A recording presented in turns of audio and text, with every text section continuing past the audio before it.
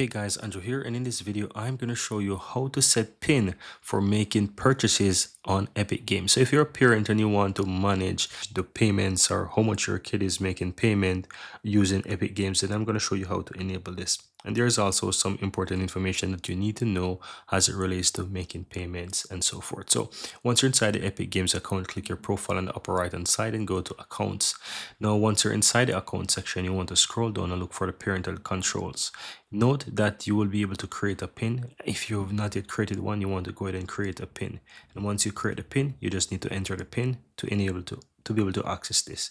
And each time you'll be able to, let's say, enter that pin and confirm it to be able to log in. Now, once you have logged in here, you have this section that says Epic Games payment. Always require a PIN for purchases using Epic Games payment service, right? And it tells you what it's for, what's it not, and so you have the conditions there. So I recommend that you come here and you read those information here so that you can know what it works for and what it does not work for.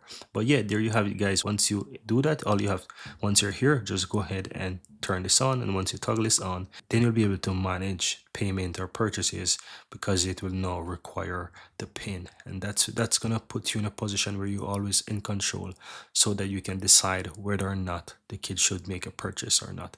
And that's it. Very easy and very simple.